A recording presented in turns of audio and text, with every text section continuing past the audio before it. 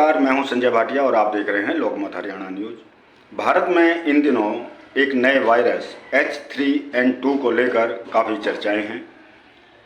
हरियाणा में तो एक मौत की पुष्टि भी इस वायरस के कारण हुई है।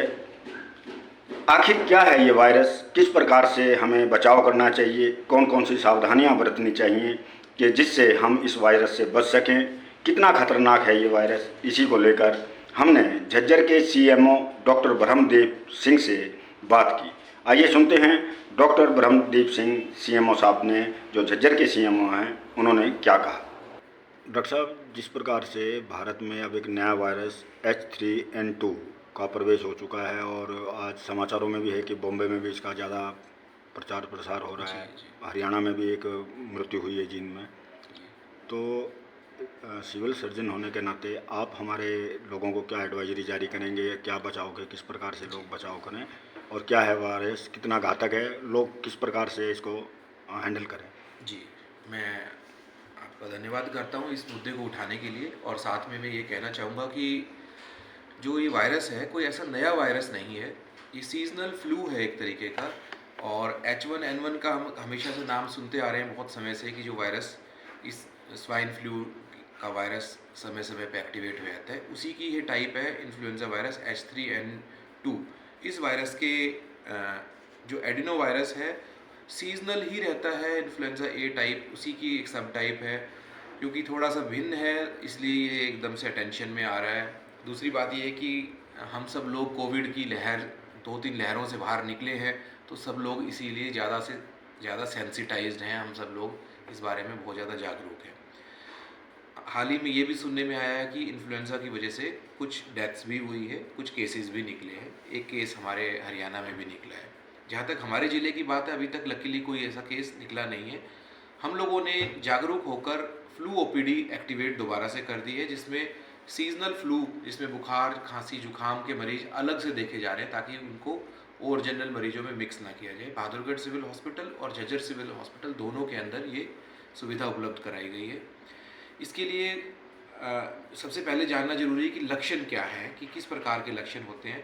तो आमतौर से इसके अंदर हल्का बुखार होना, जुखाम होना, खांसी होना, सांस में दिक्कत होना, इस प्रकार के लक्षण रहते हैं। सिर में दर्द, शरीर दुखना, किसी किसी केस के अंदर लूज मोशन लग जाना, उल्टी लग जाना, या फिर कभी कभी इवन खून, बलगम में खून आना, थकावट महसूस करना, ऐसे लक्षण रहते हैं।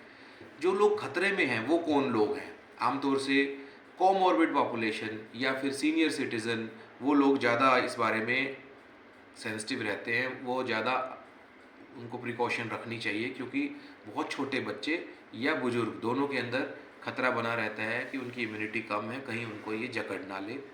और कोमॉर्बिड के अंदर और भी कोई पुराने डायबिटीज़ के पेशेंट या शारीरिक रूप से कमज़ोर, हाइपरटेंशन के पेशेंट या ऑलरेडी सांस की बीमारियां जिनको पहले से चल रही, उन्हें भी इसका खतरा बना रहता है।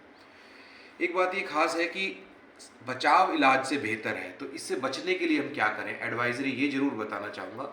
और बचने के लिए जो कोविड के समय पर हम बात करते थे, वही बात है कि किसी से भी आप हाथ ना मिलाएं, दूर से नमस्ते करना सबसे अच्छा है। 2 गज की दूरी जो हम बात करते हैं वो इसमें भी प्रभावी है। तीसरी बात ये कि अगर किसी को इस प्रकार के लक्षण लगते हैं तो निकटतम स्वास्थ्य केंद्र में अपनी जांच करवा लें। जांच का मतलब ये नहीं कि कोई टेस्टों में जाना, जांच करा के अपने आप को असर्टेन कर लेना कि इस प्रकार के लक्षण हैं, कोई मन में डर या कोई किसी प्रकार का शक ना रहे। साथ में ये भी कहना ही चाहेंगे कि आइसोलेशन इसका एक इलाज का तरीका है कि एक से दूसरे में ना फैले, क्योंकि ये सीज़न है, इस मौसम के अंदर वायरल बीमारियां ज़्यादा होती हैं। तो सीजनल फ्लू सीज़न में ज़्यादा होता है, अभी जो मौसम बदल रहा है उसमें इसका खतरा ज़्यादा है। तो अपने आप को आइसोलेट करके रखना, या भीड़ भाड़ वाले स्थानों पर अगर अवॉइड हो सकता है तो ना जाए। कभी ऐसा भी पाया जाता है एक बंदा बीमार है, उससे मिलने के लिए 5 लोग और पहुँच जाते हैं, वो भी उससे इन्फेक्शन लेके आ जाते हैं।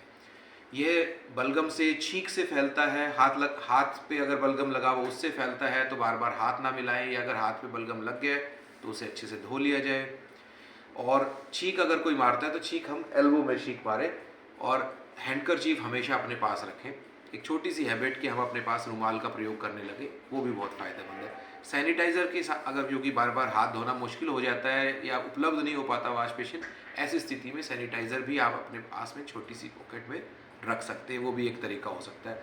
मास्क का प्रयोग ना केवल हमें कोविड से बचाता है, पॉल्यूशन से बचाता है, बल्कि वो हमें इससे इन्फ्लुएंजा से भी बचाता है। तो जितनी भी सांस से होने वाली बीमारियां हैं उन सबसे बचाने में मास्क का प्रयोग काफ़ी हद तक है। कुछ लोगों को आदत होती है बार बार मुंह पे, आँख पे हाथ लगाने की, उन्हें भी इसका खतरा बना रहता है, क्योंकि उससे सांस में जाने का खतरा बना रहता है। तो इस बारे में ध्यान रखना चाहिए। अगर किसी को इस प्रकार के लक्षण हैं, जांच तो करानी चाहिए, डॉक्टर से अपना चेकअप करवाएं, लेकिन उसके अलावा पानी ज़्यादा लेना है, प्लेंटी ऑफ फ्लूइड्स लेना है। बुखार अगर होता है तो बुखार के लिए पैरासीटामोल समय समय पे ली जा सकती है। बहुत ज़्यादा सेल्फ मेडिकेशन ना करें, बहुत ज़्यादा एंटीबायोटिक्स का प्रयोग भी ना करें। अगर ये सब हम ध्यान रखते हैं तो ऐसा कोई खतरनाक बीमारी नहीं है, बहुत ज़्यादा डरने की भी ज़रूरत नहीं है, लेकिन बहुत ज़्यादा इसके लिए इग्नोर भी ना करें। दोनों बातें हैं, बैलेंस है इसके लिए। स्वास्थ्य विभाग की ओर से आइसोलेशन वार्ड दोबारा से एक्टिवेट कर दिया गया है। 10 बेड का isolation ward civil hospital Jhajjar के अंदर एक्टिवेटेड है। वहाँ पर इस प्रकार के मरीजों को अलग रखने की सुविधा है। साथ में अगर कभी ऐसी आवश्यकता आती है दूरगामी स्थिति के अंदर, ऑक्सीजन की कमी ना हो, इसके लिए ऑक्सीजन के प्लांट्स हमारे समय समय पर चेक किए जा रहे हैं। हमारे पास लगभग 10 ऐसे छोटे प्लांट्स और 3 बड़े प्लांट जिले के अंदर उपलब्ध हैं। ऑक्सीजन की कमी हमारे हिसाब से नहीं होगी इस बीमारी को लेकर। फिर भी अंत में मैं फिर से कहूँगा, कभी कभी कई लोगों को आदत होती है वो थूकते चलते रहने की। थूकना एक तरीका है जो बीमारी को फैलाने में ऐड करता है, तो ये स्थान पब्लिक प्लेसेस पर ना थूकें, ये भी आपसे मैं विनती करूँगा, आग्रह करूँगा। और एक जिम्मेदार नागरिक का हम फर्ज निभाएं, साफ़ सफाई का ध्यान रखें, अपनी भी और अपने माहौल की भी, और उचित दूरी बना के रखें। इन्फ्लुएंज़ा की ये जो स्थिति है कुछ हफ्तों की है, अगर इस दौरान हम अपनी सेहत को सही बना के रखेंगे, अपनी इम्यूनिटी अच्छी रखेंगे, अच्छी जीवन शैली रखेंगे, तो हम जरूर ही इस सबसे बच जाएंगे और ये जो स्थिति बन रही है डर वाली, वो ख़त्म हो जाएगी।